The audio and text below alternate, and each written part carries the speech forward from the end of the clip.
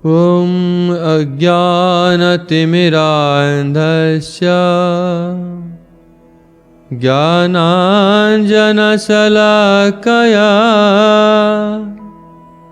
चक्षुरुन्मीलितं येन तस्मै श्रीगुरवे नमः। गुरवे गौरचन्द्राय राधिकायैस्तदालये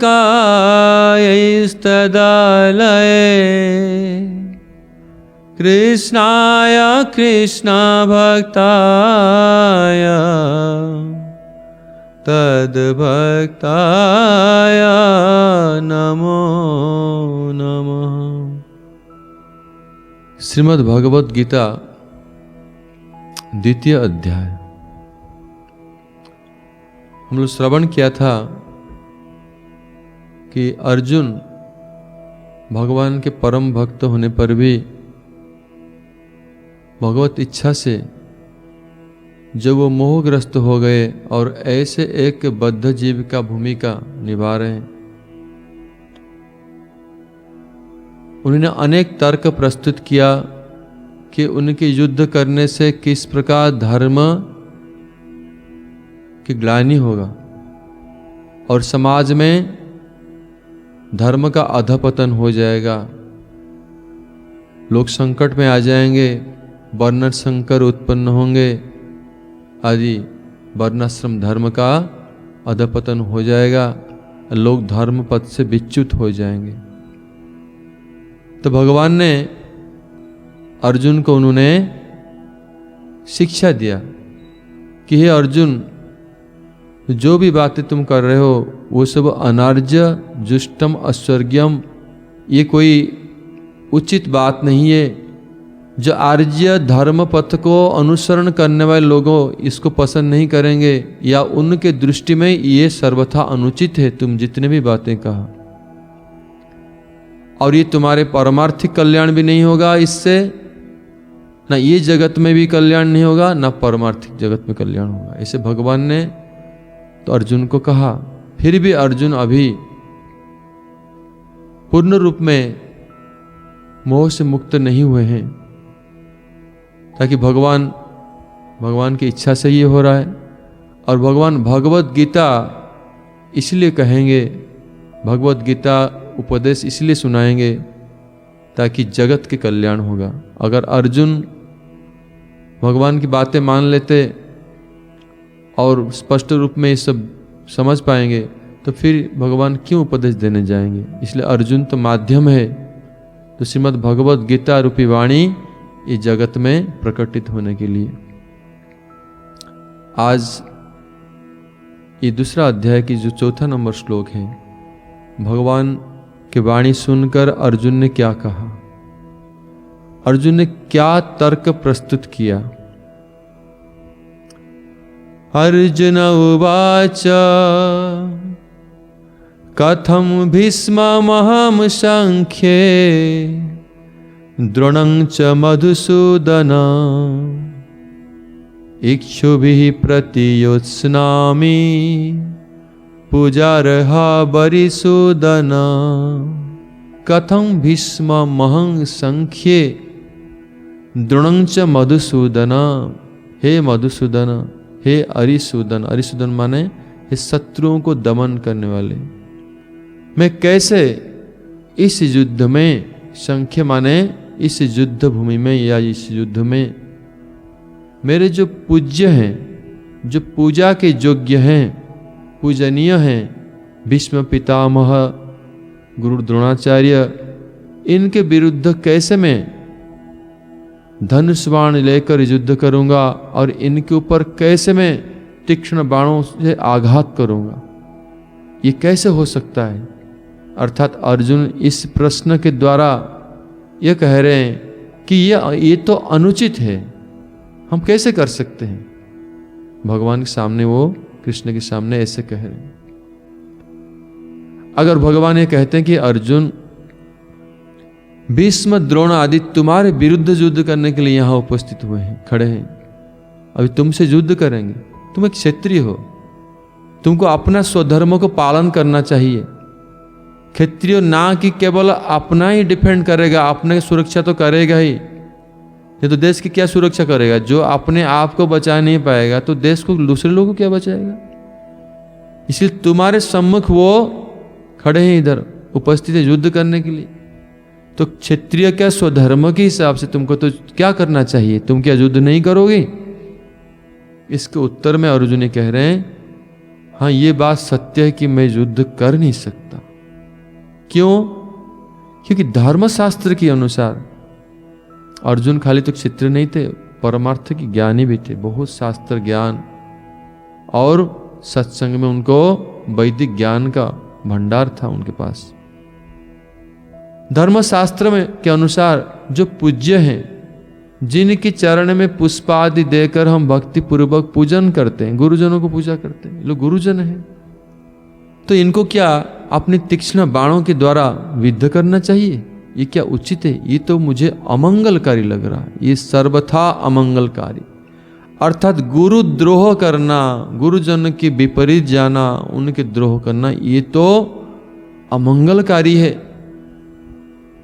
फिर वो परोक्ष रूप में ये इशारा कर रहे हैं कि हे मधुसूदन, आप तो मधु दैत्य जैसे असुरों को विनाश किया, उनको दमन किया, इसलिए आप मधुसूदन नाम है। लेकिन आप अरिसूदन हैं, अर्थात आप सिर्फ उनको ही दमन किया, वध किया या उनके विरुद्ध किया जो लोग आपके शत्रु हैं। ऐसे परोक्ष रूप में अर्जुन कह रहे हैं कि जैसे आपके गुरुजन आपके समक्ष, जैसे आपके गुरुजन है सांदीपनि मुनि आदि, आपके दादाजी, हाँ उग्रसेन जी महाराज, और आपने जो वरिष्ठ जदुगण हैं, कब इनको तो वध नहीं किया, ना इनको कभी युद्ध क्षेत्र में वध किया हो। आप तो मधुसूदन इसलिए है क्योंकि मधु दैत्य का विनाश किया था। लेकिन मधुसूदन का एक अर्थ ये भी है, अर्जुन प्रश्न के द्वारा ये इशारा कर रहे हैं कि मधु माने यहां जदुगण, कि आप जदुगण, जदुवंश के, उनको क्या आप शत्रुवत व्यवहार किया?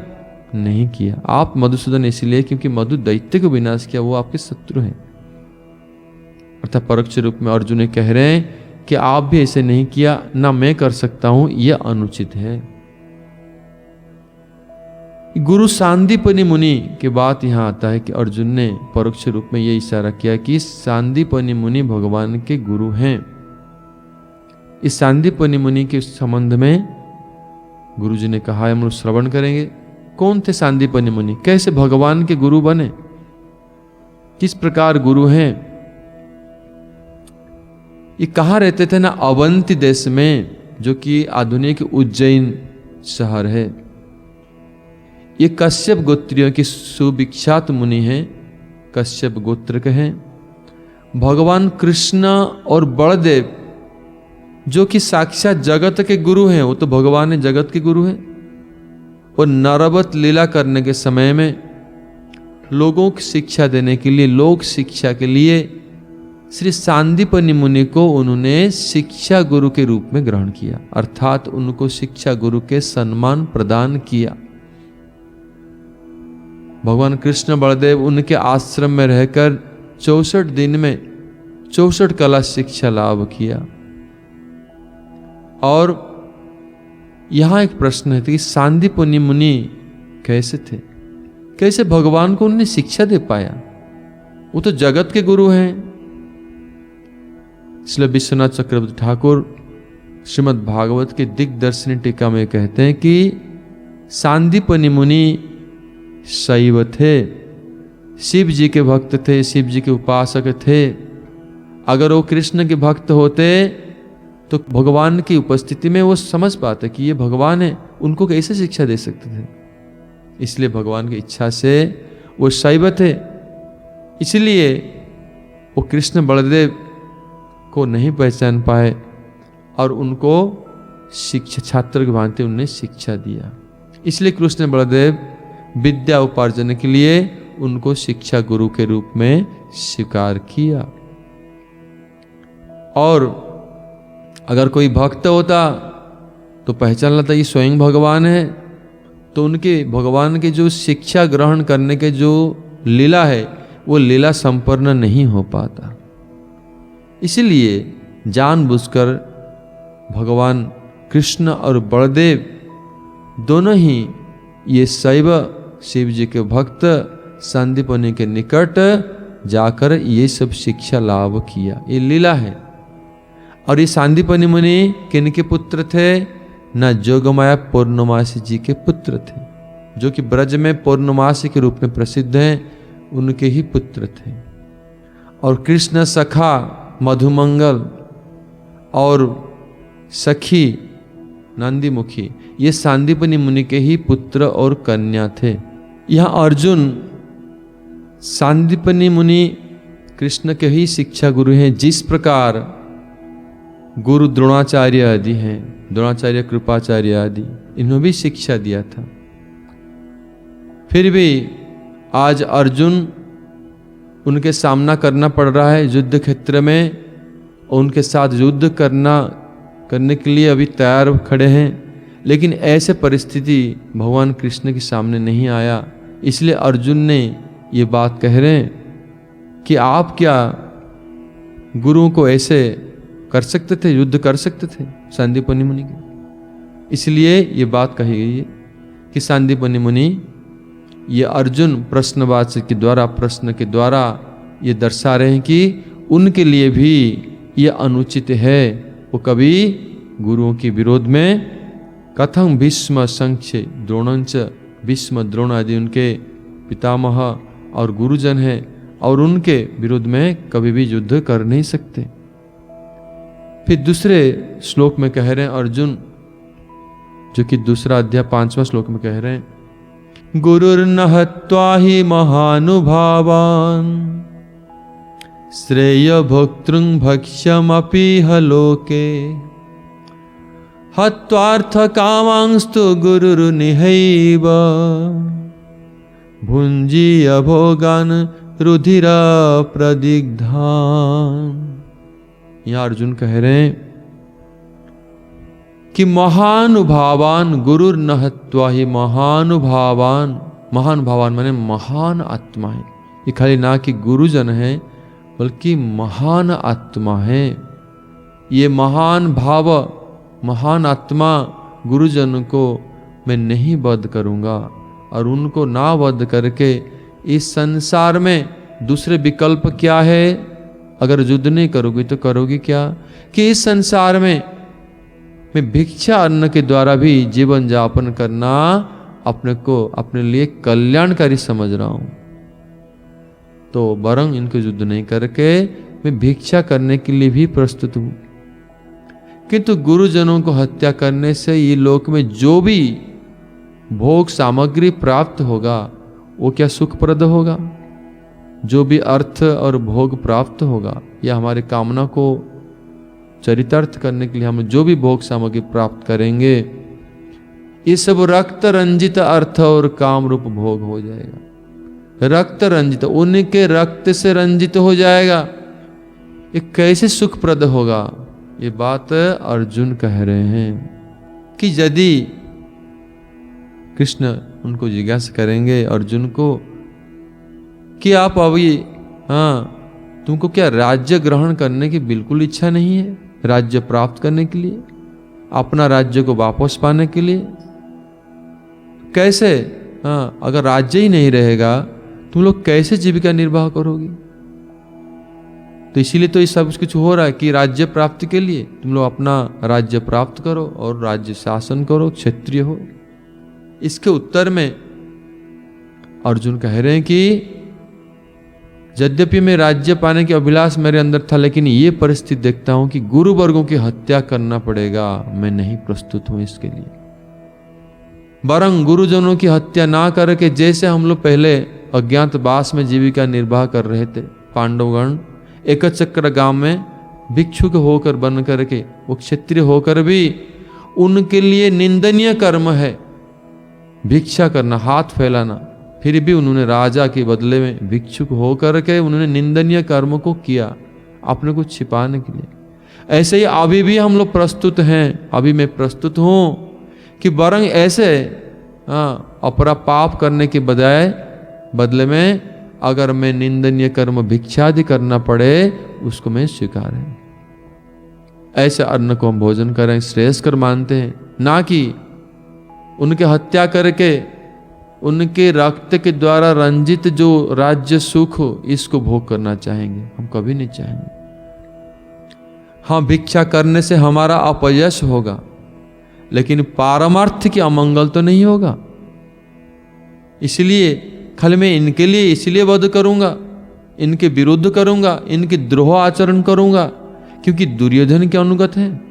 जो दुर्योधन अभिमानी, कर्तव्य अकर्तव्य विचार में अक्षम है, वो दुर्योधन और अधार्मिक है। ऐसे दुर्योधन के अनुगत होए इसलिए गुरुजन को मैं परित्याग करूंगा, उनके द्रोह आचरण करूंगा और उनको हत्या भी करूंगा, ये मेरे द्वारा कभी नहीं होगा। अगर कहा जाए कि धर्मशास्त्र में उद्योग पर्व में ऐसे एक श्लोक है, प्रमाण है महाभारत उद्योग पर्व में कि कौन गुरु परित्यज्य है। गुरुर अपि अवलिप्तस्य कार्य कार्यमजानतः उत्पत्थ प्रतिपन्नस्य परित्यागो विधीयते।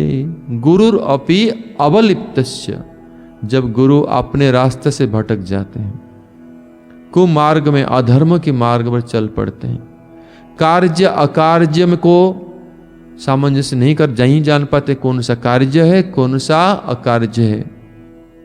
उत्पत्थ प्रतिपन्नस्य, पूर्ण रूप में दोषी हैं, सब प्रकार को कर्म लिप्त हैं, धर्म मार्ग से भ्रष्ट हैं, उनके संग से हमारा भी शिष्य का भी परमार्थ का कल्याण संभव नहीं होता है। ऐसे परिस्थिति में उस गुरु को परित्याग करने की विधि दिया गया है। अगर धर्मशास्त्र में एक कहा गया है कि अभिमानी कर्तव्य अकर्तव्य विवेक रहित कुपथगामी गुरु उनको परित्याग करना विधि है, शास्त्र कहता है।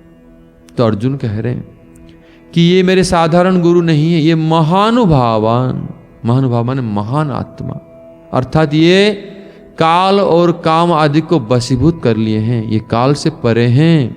ये गुरु द्रोण भीष्मदेव आदि ये मेरे गुरुजन, ये लोग महानुभाव हैं, काल से अतीत हैं, काम को जय किए हुए हैं। काम को कौन जय किए हुए हैं? वो हैं भीष्मदेव। काल को भी इच्छा मृत्यु प्राप्त करने वाले, अपनी इंद्रियों को पूर्ण वशीभूत करने वाले ऐसे गुरुजन हैं। इनके लिए ये श्लोक प्रयुज्य नहीं है। इसलिए ऐसे भीष्म द्रोण आदि ऐसे गुरुजनों के प्रति ये दोष उनमें संभव नहीं है। अगर कहा जाए कि व्यक्ति अर्थ का ही दास होता है, परंतु अर्थ व्यक्ति का किसी के दास नहीं है। अर्थ किसी के दास नहीं, लेकिन व्यक्ति अर्थ की दास है। स्वयं भीष्मदेव ने अपने ही शब्द में स्वीकार किया है। महाराज युधिष्ठिर के सामने कह रहे हैं कि महाराज ये सत्य है। महाभारत में वो कह रहे हैं कि मैं कौरवों के अर्थ के द्वारा मैं आबद्ध हूं, मैं उनके अर्थ के दास हूं, अर्थ के द्वारा मैं आबद्ध हूं। अगर स्वयं ही वो अर्थकामी है, वो स्वीकार कर रहे हैं, तो फिर उनके महानुभाव होने का गुण कहां से है? तो पहले से नष्ट हो चुका है, उनका ये गुण नहीं है। फिर भी अर्जुन इसके उत्तर में फिर भी तर्क कर रहे हैं, कह रहे हैं कि सत्य है, फिर भी उनकी हत्या करने से हमको क्या सुख मिलेगा? दुख ही मिलेगा। उनकी हत्या करने से हमको दुख ही मिलेगा। हत्वार्थ कामांस्तु गुरुर निहैव भुंजीय भोगान रुधिर प्रदिग्धान। अर्थात अर्थ कामन हत्या, सिर्फ अर्थ काम के लिए, अपना इंद्रिय सुख के लिए, कुछ भोग सामग्री प्राप्त करने के लिए, ये शब्द अर्जुन कह रहे हैं कि अर्थ कामन, अर्थात अगर ये अर्थ लुब्ध हैं, आज कौरवों के पक्ष में है भीष्मदेव, मेरे गुरु द्रोणाचार्य, कृपाचार्य आदि, ये सब जो कुरु वंशज हैं, कुरुजन हैं, कुरु वंश के कौरवों के पक्ष से युद्ध करने आए, इनको अगर मैं हत्या करूं, ये लोग अर्थ कामन हैं, कोई बात नहीं है। हाँ, ये भी अपने अर्थ के दास बन गए हैं, अधीन बन गए हैं। अगर इनके हत्या करूंगा, जो भोग मुझे प्राप्त होगा, जो सुख प्राप्त होगा, राज्य परिपाटी आदि प्राप्त होगा, इसको मैं कैसे सुख से प्राप्त कर सकता हूं, भोग कर सकता हूं? क्योंकि ये सब इनके रक्त से रंजित होगा, इनके हत्या करने के बाद ही प्राप्त होगा। अर्थात ये सब सुख रक्त रंजित हो जाएगा, अर्थात किसकी खून करके ये प्राप्त करना, ये हमारे द्वारा नहीं होगा। ये जितने भी ये व्यक्ति लोग अर्थ लोलुप होने पर भी, अर्थ के लालसी होने पर भी मेरे लिए सर्वदा ये गुरु ही रहेंगे। हाँ, इनके गुरुत्व सर्वदा ही विद्यमान होगा। इसलिए इनके वध करके मैं गुरुद्रोही क्यों बनने जाऊंगा? इसलिए जो भोग प्राप्त होगा वो निश्चित रूप में दुष्कृति मिश्रित होगा, अर्थात वो सुख नहीं है, वो दुष्कृति उसके अंदर रहेगा। हाँ, इसलिए हम वो गुरुद्रोह नहीं करना चाहते। ये तो गुरुद्रोह करना ये अमंगलकारी है। अर्जुन यही तर्क प्रस्तुत कर रहे हैं। अर्थात अर्जुन शास्त्र की सब बात को उल्लंघन करके ये निश्चित में पहुंच गए कि मुझे इनकी वध करना नहीं है, इनकी द्रोह करने से गुरुद्रोही बनकर मेरे लिए अमंगल होगा। ऐसे तो इस अर्जुन के इस स्थिति को हमारे आचार्य लोग क्या कहा है? भगवान जो बात कह रहे हैं, शिक्षा दे रहे हैं, और अर्जुन, यद्यपि भगवान की बात उचित लग रहा है और अर्जुन की बात भी उचित लग रहा है, लेकिन भगवान यहाँ गुरु की भूमिका में हैं और अर्जुन एक बद्ध जीव की भूमिका में है। इसीलिए अर्जुन के अभी जो तर्क है ये ग्रहणीय नहीं है, क्योंकि वो अभी भी शोक मोह में बसीभूत होकर बात कर रहे हैं। इसलिए भगवान की बात को उन्होंने स्वीकार नहीं किया, बिल्कुल ध्यान नहीं दिया। शास्त्र में यद्यपि कहा गया है, कुर्म पुराण में उक्ति है कि वेद के अध्यापक, शिक्षक, पिता, ज्येष्ठ भ्राता, बड़े भाई, राजा, मामा, ससुर, जो हमको रक्षा करने वाले बॉडीगार्ड हैं, सिक्योरिटी गार्ड, नाना नानी, दादा दादी, अपने बंधु बांधव जो लोग हमसे आयु से बड़े हैं, ये सब गुरु वर्ग हैं, गुरुजन हैं। तो इनको हत्या करने से दोष लगता है, इनको विरुद्ध नहीं करना चाहिए। साधारण शास्त्र में, स्मृति शास्त्र में यह है। श्री द्रोणाचार्य, कृपाचार्य आदि ब्राह्मण कुल में जन्म हुए थे, लेकिन वो धनुर्विद्या के गुरु थे, धनुर्विद्या शिक्षा रहते। इसके अतिरिक्त ये लोग वेद शास्त्र के ज्ञाता भी थे, धार्मिक थे, लेकिन गुरु द्रोणाचार्य साधारण नहीं थे। आगामी समय में महाभारत युद्ध होने वाला है, वो जानते हैं कि उनको कहीं ना कहीं अपने प्रिय शिष्य अर्जुन के प्रतिद्वंदी रूप में युद्ध क्षेत्र में खड़ा होना पड़ेगा।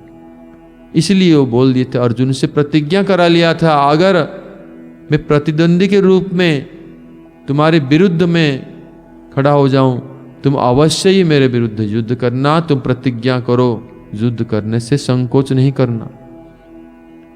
इसलिए इससे अर्जुन यही कह रहे हैं।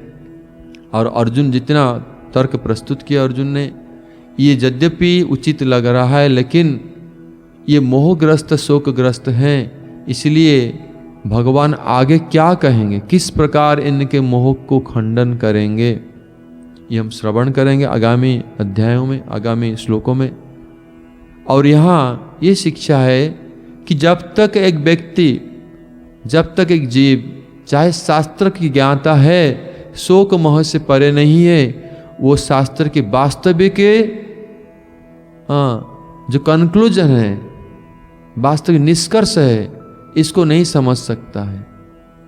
ये तभी समझ पाएगा। इसलिए गुरु जो कि शोक मोह से परे हैं, मुक्त जीव हैं, गुरु ही इस समय मार्गदर्शन कर सकते हैं, उचित अनुचित क्या है बतला सकते हैं। नहीं तो शास्त्र जानकर भी एक व्यक्ति भटक सकता है। इसके उदाहरण अर्जुन स्वयं दे रहे हैं, अपने आप ही ज्वलंत उदाहरण देकर जगत को शिक्षा दे रहे हैं। इसलिए गुरुद्रोह करना अमंगलकारी है, बात तो सही है, लेकिन यहाँ अर्जुन की जो परिस्थिति है, स्थिति है, उनको क्या करना चाहिए, जो भगवान कृष्ण कह रहे हैं वही उचित है।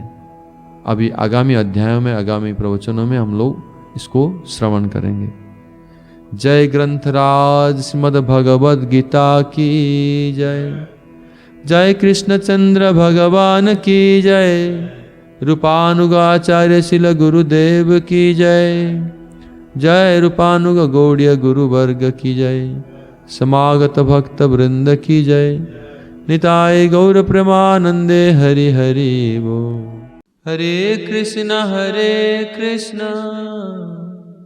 कृष्णा कृष्णा हरे हरे, हरे राम राम राम हरे